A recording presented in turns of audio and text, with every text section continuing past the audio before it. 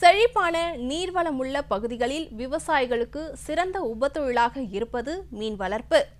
அத்தகைய மீன் வளர்ப்புக்கு நீர் மற்றும் மண்ணின் தரத்தை பராமரிப்பது மிகவும் அவசியமாகும். மேலும் விவசாயிகள் சிறந்த மீன் ரகங்களை தேர்வு செய்து நீர்த்தர மேலாண்மை முறைகளை பின்பற்றி மீன்களை வளர்ப்பதன் மூலம் நல்ல லாபம் பெறலாம்.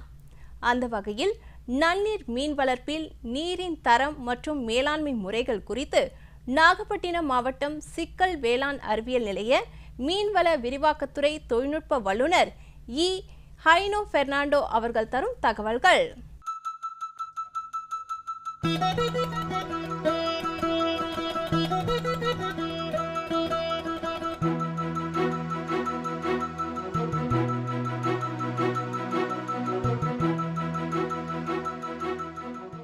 மீன் வளர்ப்பை ஆரம்பம் முதல் கடைசி வரை ஒவ்வொரு நிலையிலும் நம்ம இந்த நீர்த்தர மேலாண்மையை கண்டிப்பாக கவனிக்க வேண்டிய ஒரு விஷயம். இப்போ முன்னமெல்லாம் பார்த்தீங்க அப்படின்னா மீன் வளர்க்குறவங்க மிக குறைந்த இருப்படர்த்தியை வச்சு மீன் வளர்த்துட்டு இருந்தாங்க. தற்போது உள்ள தொழில்நுட்ப வளர்ச்சியின் காரணமாக இப்போது தீவிர மற்றும் அதிதீவிர முறையில் மீன் வளர்க்க ஆரம்பிச்சிட்டாங்க. எனவே அப்படி மீன் வளர்க்க ஆரம்பிக்கும் போது என்ன ஆகுது அப்படின்னா நீர் தரத்தை யாருமே கவனிக்கிறது இல்லை. எனவே அந்த நீர் தரத்தை கவனிக்காமல் விடும்போது என்ன ஆகுது அப்படின்னா மீன்களுக்கு மிக எளிதில் நோய் தொற்று ஏற்பட்டு விடுகிறது. எனவே மீன் விவசாயிகள் கண்டிப்பாக இந்த நீர்த்தர மேலாண்மையை கவனிக்க வேண்டிய ஒரு விஷயம். நீர்த்தர காரணிகள்னு சொல்லிட்டு நிறையா இருக்குது. அதில் சில காரணிகளை பற்றி நம்ம இன்றைக்கி பார்க்கலாம். முதலாவதாக டிசால்வ்டு ஆக்சிஜன் என்று சொல்லக்கூடிய பிராணவாயுன்னு சொல்லுவோம். இந்த பிராணவாயு மீன்களுடைய சுவாசத்துக்கு தேவை. இது மிக முக்கியமான ஒரு நீர்த்தர மேலாண்மையில் ஒன்று உண்டு. இந்த பிராணவாயு இந்த ஆக்சிஜன் நீர் குளங்களுக்கு எப்படி கிடைக்குது அப்படின்னா இரண்டு வழிகளில் கிடைக்கிது. ஒன்று வளிமண்டலத்தில் இருக்கக்கூடிய ஆக்சிஜன் தண்ணீரில் கடையும் போது கிடைக்கிது. இரண்டாவது தாவர மிதவை உயிரிகள் சுவாசிக்கும் போதும் அதுக்கு ஆக்சிஜன் வெளியிடும் போது நீர்களுக்கு கிடைக்கிது. அதாவது நீரில் ஆக்சிஜன் அதிகமாக இருக்கும்போது கரைதல் கம்மியாகவும் ஆக்சிஜனுடைய அளவு கம்மியாக இருக்கும்போது கரைதல் அதிகமாகவும் இருக்குது. அதே மாதிரி காலை நேரங்களில் இந்த ஆக்சிஜனோட அளவு காலை மற்றும் மதிய நேரங்களில் இதனுடைய அளவு அதிகமாக இருக்கும். இரவு நேரங்கள் விடிய காலை நேரங்களில் இந்த ஆக்சிஜனோடைய அளவு கம்மியாக இருக்கும். இதற்கு காரணம் என்னன்னு பார்த்தீங்கன்னா இந்த ஒளிச்சேர்க்கை நடக்கும்போது காலையில் கார்பன் டை ஆக்சைடை எடுத்துகிட்டு ஆக்சிஜனை வெளியிடும்போது காலை நேரங்கள் அதிகமாகும். இதே சுழற்சி அப்படியே நைட்டில் மாற்றி நடக்கும்போது ஆக்சிஜன் எடுக்கக்கூடிய சூழ்நிலைனா ஆக்சிஜன் குறையக்கூடிய வாய்ப்புகள் நிறையா இருக்குது. அதே மாதிரி இந்த ஆக்சிஜனுடைய அளவு மீன் வளர்ப்பு குளங்களில் குறைந்தது 5 மில்லிகிராம் பெர் லிட்டர் என்ற அளவில் இருக்கணும். இதனுடைய அளவு 2 மில்லிகிராம் பெர் லிட்டர் அளவுக்கு போகும்போது மீன்களில் இறப்பு ஏற்பட வாய்ப்பு இருக்கிறது. சில சமயங்களில் சில மீன் வகைகளான அந்த விரால் கெளுத்தி போன்ற மீன் வகைகள் 2 மில்லிகிராம் பெர் லிட்டர் என்ற அளவையோட கம்மியான அளவுலையும் வாழக்கூடிய தன்மை கொண்டது.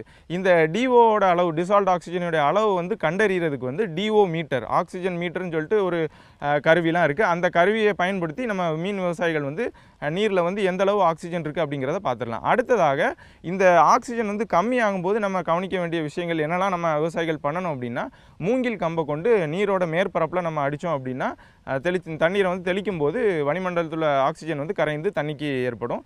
அதே மாதிரி ஏரேட்டர் காற்றூட்டிகள் மூலமாகவும் நம்ம ஆக்சிஜனோட அளவை கூட்டலாம். இதை தவிர தற்போது பார்த்திங்கன்னா ஆக்சிஜன் டேப்லெட்டு நிறைய கடைகள்லாம் இருக்குது.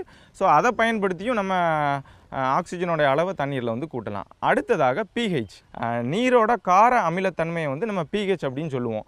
இந்த கார அமிலத்தன்மை 6 முதல் 9 என்ற அளவில் இருக்கலாம். 6ஐ விட குறையும் போதும் 9ஐ விட அதிகமாகும் போதும் மீன்களுக்கு இறப்பு வளர்ச்சி குன்றுதல் நோய் தொற்று ஏற்படுதல் இந்த மாதிரி நிறையா பிரச்சனைகள் ஏற்படும்.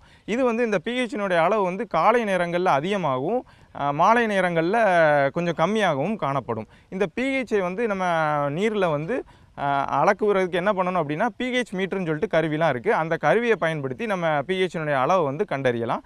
இந்த பிஹெச்சில் ஏதாவது 4க்கு கீழே போகும்போது என்ன பண்ணலாம் அப்படின்னா CaCO3 என்று சொல்லக்கூடிய கால்சியம் கார்பனேட் அல்லது கால்சியம் ஆக்சைடு என்று சொல்லக்கூடிய சுண்ணாம்பு வகையில் கரைப்பதன் மூலம் இந்த பிஹெச்சை நம்ம சரி செய்து கொள்ளலாம்.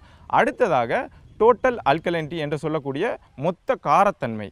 அதாவது இந்த பிஹெச்சினுடைய அளவு 8க்கு மேலே போகும்போது 9 அந்த லெவலில் போகும்போது அதுக்கு காரத்தன்மை அப்படின்னு சொல்லுவோம். இந்த காரத்தன்மை 75 மில்லிகிராம் முதல் 300 மில்லிகிராம் பெர் லிட்டர் என்ற அளவில் நம்ம மீன் வளர்ப்பு குளங்களில் பராமரிக்கணும். இதனுடைய அளவு 75க்கு குறைந்தாலோ அல்லது 300ஐ விட தாண்டினாலோ மீன் வளர்ப்பு குளங்களில் பிரச்சனை வரும். அடுத்ததாக வந்து மிக முக்கியமான ஒரு இது வந்து அமோனியா வந்து மீன் வளர்ப்பு குளங்களில் வந்து கண்டிப்பாக இருக்கவே கூடாது. அது மிகவும் நச்சுத்தன்மை வாய்ந்தது.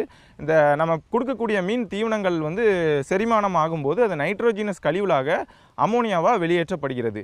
இந்த அமோனியா வந்து 2 நிலைகளில் தண்ணீர் இருக்கும். ஒன்று வந்து அயனைஸ்ட் அமோனியான்னு சொல்லுவோம், அடுத்தது வந்து அன்அயனைஸ்ட் அமோனியான்னு சொல்லுவோம். இந்த அன்அயனைஸ்ட் அமோனியா, நீரில் கரையாத அந்த அமோனியா வந்து மீன்களுக்கு நச்சுத்தன்மை கொடுக்கக்கூடிய ஒரு தன்மை கொண்டது. இந்த அமோனியாவினுடைய அளவு வந்து 0.5 mg/L என்ற அளவில் இருக்கும்போது வர மீன்களுக்கு எந்த பாதிப்பும் ஏற்படுது. அதை விட தாண்டும் போது 1 mg/L அந்த அளவுக்குலாம் போகும்போது மீன்களுக்கு கண்டிப்பாக வந்து இறப்பு ஏற்பட வாய்ப்புகள் அதிகமாக இருக்கிறது.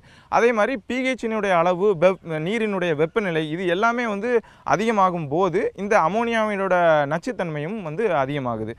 இது அமோனியாவினுடைய நச்சுத்தன்மையை குறைப்பதற்கு என்ன பண்ணலாம் அப்படின்னா, பயாலஜிக்கல் ஃபில்டர் என்று சொல்லக்கூடிய உயிரியல் வடிகட்டி மூலம் நம்ம அந்த நைட்ரஜனேட்டம் முறை மூலம் அமோனியாவை வந்து நைட்ரேட்டாக நம்ம மாற்றும் போது இந்த அமோனியாவோட நச்சுத்தன்மை வந்து குறைந்துடும். அடுத்ததாக வந்து டர்பிடிட்டி அப்படின்னா நீரினுடைய கலங்கல் தன்மை. சில சமயங்களில் என்ன ஆயிரும் அப்படின்னா, மழை காலங்கள்லாம் பார்த்திங்கன்னா நீர் வந்து ஓடி போய் இந்த கரைந்து வரக்கூடிய நீர்கள்லாம் போய் குளங்களில் வந்து சேரும்போது கலங்கல் தன்மை உண்டாக்கும். இந்த கலங்கல் தன்மையை வந்து நிறைய காரணிகள் உண்டாக்கும். மெயினாக வந்து பார்த்திங்க அப்படின்னா களிமண் துகள்கள், மிதக்கும் களிமண் துகள்கள், அதாவது மைக்ரோஸ்கோபிக் அல்கே என்று சொல்லக்கூடிய நுண்ணுயிர் பாசிகள், நுண்பாசிகள், இந்த மாதிரி இதெல்லாம் வந்து இந்த கலங்கல் தன்மையை ஏற்படுத்தும். அப்போ இந்த கலங்கல் தன்மை வந்து ஏற்படும் போது என்ன ஆகும் அப்படின்னா, நீர் வந்து தண்ணீரில் உள்ளுக்கு போகாது. அப்படி நீர் உள்ளு போகாமல் இருக்கும்போது என்ன ஆகும் அப்படின்னா, உள்ளே வந்து ஒளி சேர்க்கை நடக்க முடியாத ஒரு சூழ்நிலை ஏற்படும். அப்படி ஏற்படும் போது நீரில் வந்து ஆக்சிஜன் குறைபாடு ஏற்படும். சில சமயங்களில் வந்து மீன்கள் வந்து சுவாசிக்கும் போது அதனோட செவில்களில் போய் அடப்பட்டு அது மீன்கள் வந்து இறக்கக்கூடிய வாய்ப்புகளும் அதிகமாக இருக்குது. இந்த கலங்கல் தன்மை வந்து சில சமயங்களில் நன்மை பயக்கும் விதமாகவும் இருக்கும். உதாரணமாக பார்த்தீங்க அப்படின்னா, அந்த தாவர மிதவுயிரி பிளாங்க்டன் சொல்லக்கூடிய அந்த அதனோட அளவு வந்து அதிகமாகும் போது மீன்களுக்கு வந்து அது உணவாகவும் பயன்படுகிறது. சில சமயங்களில் என்ன ஆகுது அப்படின்னா, அந்த அமோனியா போன்ற நச்சுத்தன்மை வாய்ந்த வாயுக்கள் வந்து இருக்கும்போது அதை வந்து இது ரிமூவ் பண்ணிடுது.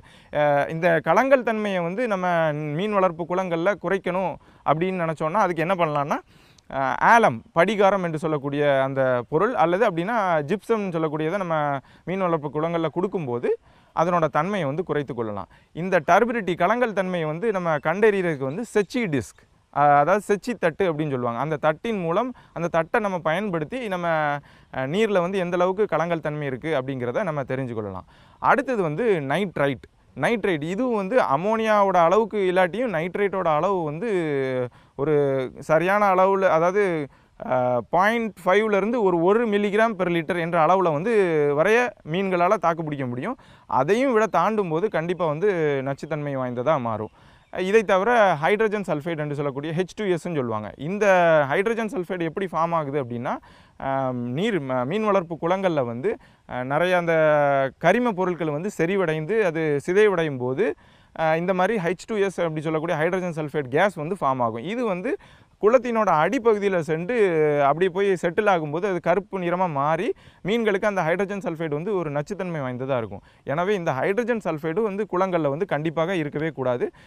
அதை ஹைட்ரஜன் சல்ஃபைடை நம்ம வந்து வராமல் தடுக்கணும் அப்படின்னா என்ன பண்ணலாம் அப்படின்னா, நீரை வந்து நம்ம அடிக்கடி வந்து மாற்றம் செய்யணும். நீரை அடிக்கடி மாற்றம் செய்யும் போது என்ன ஆகும் அப்படின்னா, உங்களுக்கு அந்த ஹைட்ரஜன் சல்ஃபைடோட தாக்கம் வந்து அந்தளவுக்கு மீன்களுக்கு இருக்காது. இதை தவிர நிறைய நீர்த்தர காரணிகள் இருக்குது. உதாரணமாக வாட்டர் ஹார்ட்னஸ், நீரோட கடினத்தன்மை, நீரோட வெப்பநிலை டெம்பரேச்சர், சலைனிட்டி, நீரோட உப்புத்தன்மை, இது எல்லாமே வந்து மீன் விவசாயிகளை வந்து கவனிக்க வேண்டிய ஒரு விஷயம். ஏன்னா பொதுவாகவே வந்து மீன் வளர்ப்பு பண்ணுறவங்க வந்து நீர்த்தர மேலாண்மையை வந்து அந்தளவுக்கு வந்து கவனிக்கிறது இல்லை. ஏன்னா அதாவது நம்ம மீன் வளர்ப்பு முதலாவதாக நம்ம மீன் வளர்ப்பு ஆரம்பிக்கக்கூடிய இடத்தை நம்ம தேர்வு செய்வதிலிருந்தே அதில் கிடைக்கக்கூடிய நீர் எந்த அளவுக்கு இருக்குது அப்படின்ட்டு நீர்த்தர ஆய்வகங்கள் வந்து இருக்குது. அந்த ஆய்வகங்களில் கொடுத்து நீரை பரிசோதனை செய்து, அதே மாதிரி மீன் வளர்க்க ஆரம்பித்த பிறகு நம்ம ஒவ்வொரு நிலையிலும் மாதத்துக்கு ஒரு முறை வந்து அந்த நீரோட தரத்தை வந்து நம்ம செக் பண்ணணும். அப்போ தான் நம்மளுக்கு வந்து நீரோட தரம் எந்த அளவுக்கு இருக்குது, மீனோட வளர்ச்சி எப்படி இருக்குங்கிறதையும் பார்க்க முடியும். ஏன்னா நீரோட தரத்தை பொறுத்து தான் மீனோட வளர்ச்சி, உற்பத்தி திறன், மீனோட பிழைப்பு திறன், இது எல்லாமே வந்து நீர்த்தரத்தை பொறுத்து தான் இருக்குது. எனவே விவசாயிகள் வந்து கண்டிப்பாக வந்து இந்த நீர்த்தர மேலாண்மையை வந்து கடைபிடிக்க வேண்டிய ஒரு மிக முக்கியமான விஷயம். நன்றி. மேலும் விவரங்கள் பெற தொழில்நுட்ப வல்லுநர் இ ஹைனோ பெர்னாண்டோ அவர்களை 09865623423 என்ற கைபேசி எண்ணில் தொடர்பு கொள்ளலாம்.